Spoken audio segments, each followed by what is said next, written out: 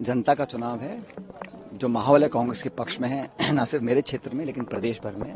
BJP के कार्यप्रणाली लोग देख चुके हैं, केंद्र सरकार की परफॉर्मेंस देख चुके हैं, भाजपा राजस्थान में विपक्ष में क्या किया क्या नहीं किया वो भी देख चुके हैं।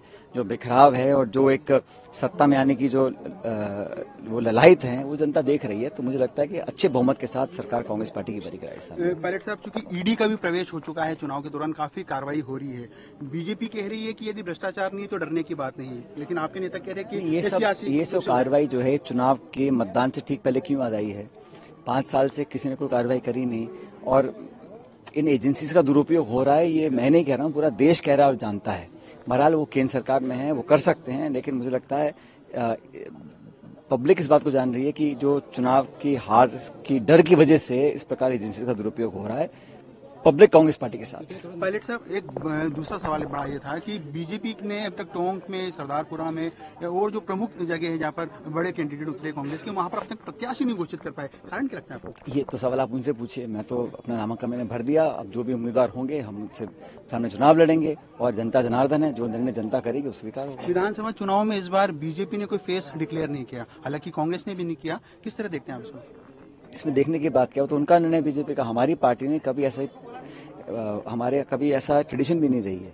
हर स्टेट में हम मिलकर चुनाव लड़ते हैं, चाहे वो कर्नाटक हो, राजस्थान हो, मध्य प्रदेश हो, और जीतने के बाद विधायक सब बैठते हैं, जीते हुए विधायक बहुमत के साथ फिर नेतृत्व दिल्ली का तय करता है कि किसको आगे करना है। पायलट साहब, अभी आपने कहा कि बीजेपी में काफी फूट है, अलग अलग धड़े बने हुए हैं, लेकिन सियासी चर्चों में ये भी चलता है कि अशोक गहलोत और सचिन पायलट जो है उनके बीच में मतभेद खत्म हो गया, लेकिन मनभेद अभी भी है। ये पता नहीं आप कैसे कह सकते हो। आपने किसके मन में झांक के देख लिया। हम तो मिलकर काम कर रहे हैं, पार्टी के लिए काम कर रहे हैं। हमारा सामूहिक ऑब्जेक्टिव यही है कि कैसे पार्टी को दोबारा बहुमत में लेकर आए। जो हमारी पिछली बार हार हुई थी, जो हम 21 पे रह गए थे, कभी 50 पे रह जाते हैं, उस पार्टी को तोड़ने के लिए मिलकर हम लोग काम करेंगे तभी संभव होगा ना। और ये जो है भारतीय जनता पार्टी के साथी जो बोलते हैं, तो उनको तो ये बोलना चाहिए हमारा 5 साल के लिए राजस्थान के लिए विजन है। वो तो सिर्फ धार्मिक मुद्दे, जज्बाती मुद्दों को लेकर सामने आते हैं।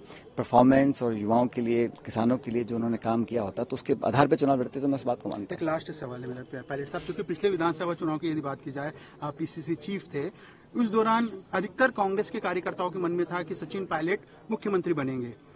बीजेपी के जितने भी गुजर कैंडिडेट थे उनमें से एक भी नहीं जीत पाया। वापस से चुनाव 5 साल बाद हो रहा है। आपको जानकारी है कि प्रदेश में हर समाज के लोग रहते हैं, हर जाति के लोग रहते हैं, बिरादरी के 8 करोड़ लोग रहते हैं। यहाँ किसी एक कास्ट, एक धर्म, एक जाति समुदाय की बात करना मैं समझता हूँ गलत है।